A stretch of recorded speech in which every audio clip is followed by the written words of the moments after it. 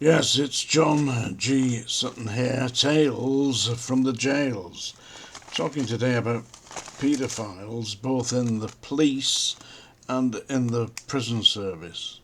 Uh, and this is based initially on a report that I've seen today about a certain Metropolitan Police officer who's just been dismissed from the Metropolitan Police for having an inappropriate relationship with a girl aged 14.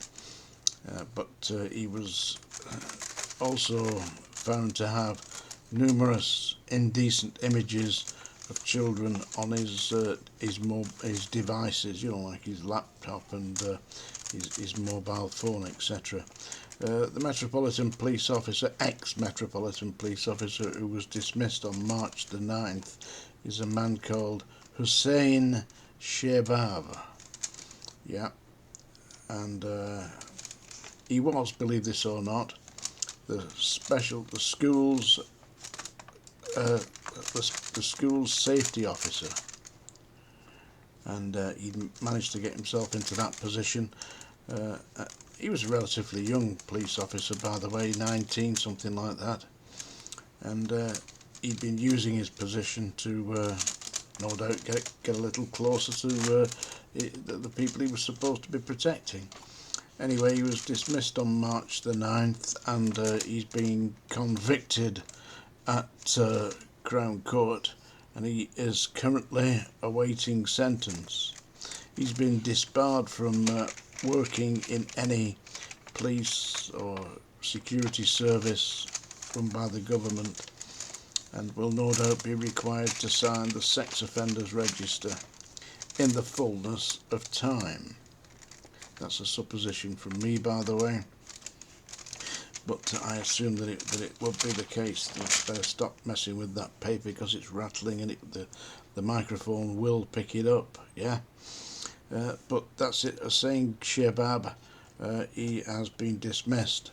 But it's strange, is it not strange, the number of sexual offences that are taking place these days? It just seems to me to be extremely unusual. I mean, this is the modern era, where telecommunications and the World Wide Web are open there. And I go back to the 60s, 50s and 60s when I was a young man. It was rather unusual. I mean, that may be because we didn't have the information highway that we have today, but certainly the idea of police officers offending or prison officers offending was unique. It was unthought of. It didn't happen. It was it wasn't just a place where you went to work, the police and the prisons. It was like a career, a dedicated what you did. That's how you were considered to be, or you're a police officer, and it was a position in society. I mean, today it's just a job, and I believe that this is because the authorities, the government, over the years has allowed the position to be quietly eroded, as the power of the wages has dropped to the point where police officers are paid little more than bus conductors. Strange world, yeah. I mean, it was considered to be a really good job at one time. I remember my dad was a detective inspector, and it was considered to be a reasonable position, He always wore a handmade suit, wore a Homburg, hat, and drove a brand new car. Well, a reasonable car. It was a brand new towards the last 5 years of his life. Always had a brand new car, but he died quite young. My dad died at the age of 44. He developed leukemia, and back in 1972-73 there was no cure, and although they tried many things, but anyway, it was considered to be a kind of, he would be absolutely appalled to see what's happening today, especially with the Metropolitan Police. I believe they've got, I think it's approximately 800 officers under investigation at the moment. One officer under investigation was a news item back in the 60s.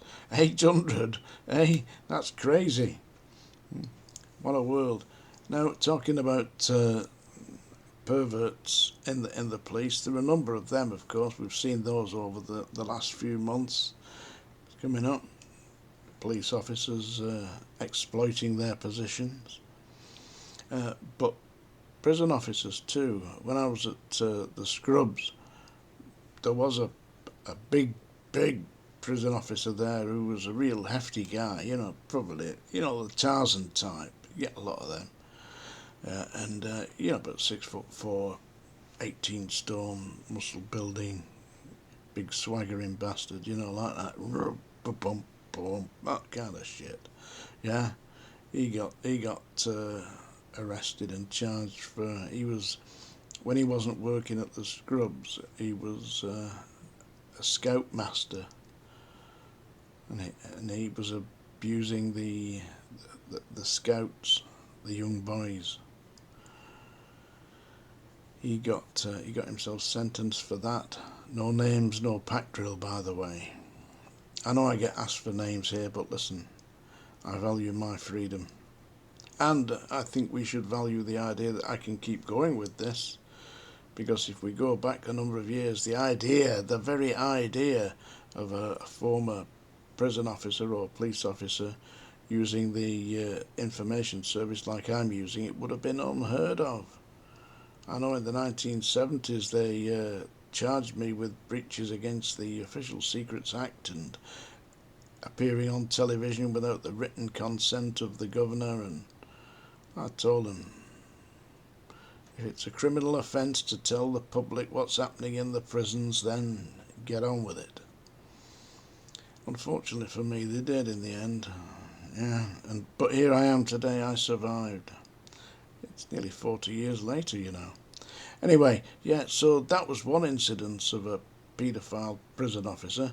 One other incident that's in my book, by the way, you can get that on Amazon, HMP Manchester Prison Officer, involved an officer at the Scrubs who had completely must have lost his mind. He took 3 Borstal boys who were in the Borstal Allocation Centre inside the Scrubs. He took them hostage and locked himself in to a cupboard where they kept all the cleaning equipment, and barricaded himself in there with the 3 Borstal boys and proceeded to indecently interact with them. We had to get the works department with a jack to take the door off and drag him out. He was taken to a secure psychiatric unit, and we never saw him again after that. The boys were extremely traumatised. I don't know if they sued the Home Office, but if I'd have been representing them, then that's what would have happened. Yeah. Another strange incident at Strangeways, and no names, no pack drill here. Absolutely not. There was an officer there who was accused that another officer who wasn't connected to him in any way other than they were neighbours. You see, the police and the prison service used to provide housing for officers, and these 2 officers lived back to back, and one officer had a Down syndrome handicapped child who was complaining about the neighbour going in when his father was on duty, and his mother wasn't in it, and molesting the boy. It was a boy, and it was this officer who lived opposite. He wasn't. They couldn't, because of the nature of the witness. They couldn't take a statement. But the officer that was accused of this was subsequently removed from Strangeways and transferred to another prison. But they couldn't prosecute him because they couldn't get the actual evidence, but it was sufficient to actually do that. So it's a weird world, this. And today we have, of course, we've got, as I was discussing yesterday, prison hostesses. You know, they're unfortunate. I mean, they're recruited into the prison service, paid basic, virtually a basic wage, and thrown into the deep end. I mean, people on here have said that they've been thrown to the wolves. In effect, that's correct. They have, because they'll certainly get eaten alive by the system. And I know that they're not going in there deliberately to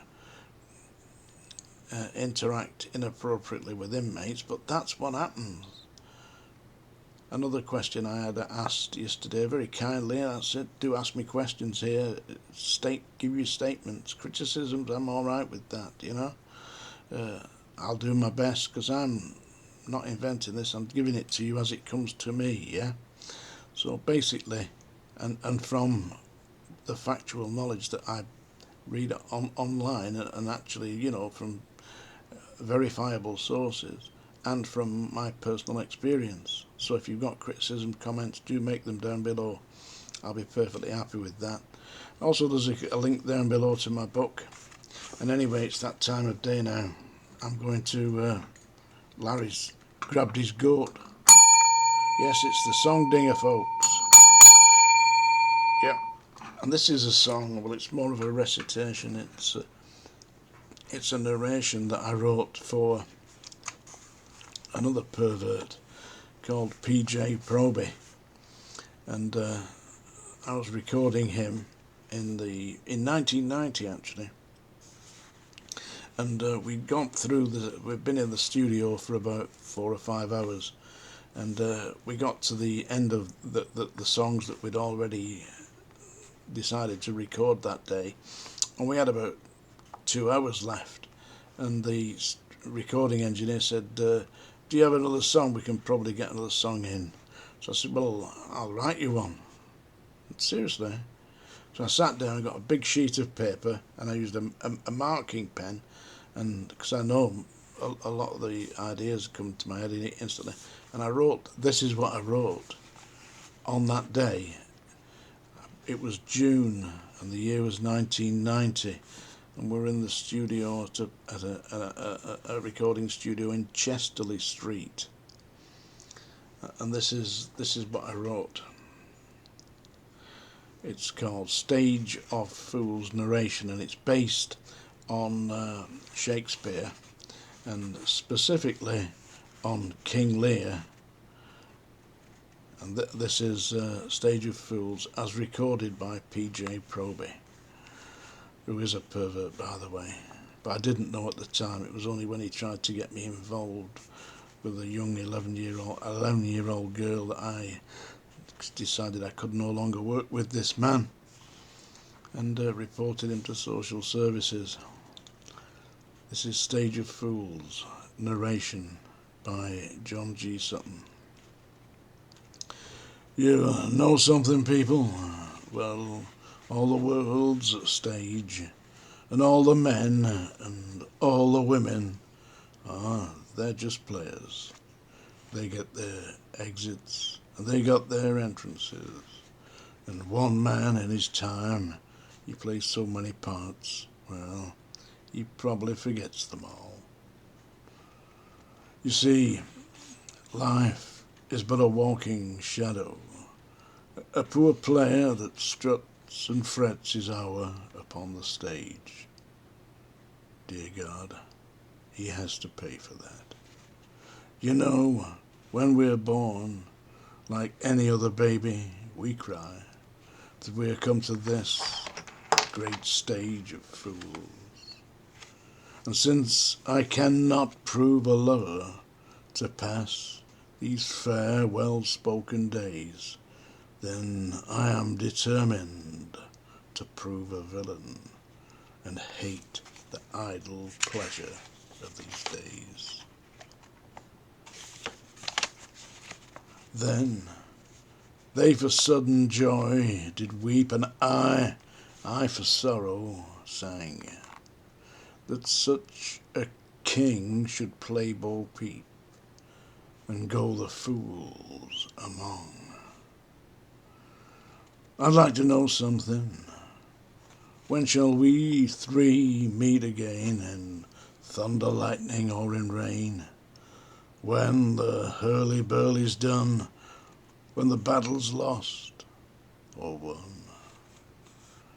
And you know, as a man said, we're but players on this great stage of fools.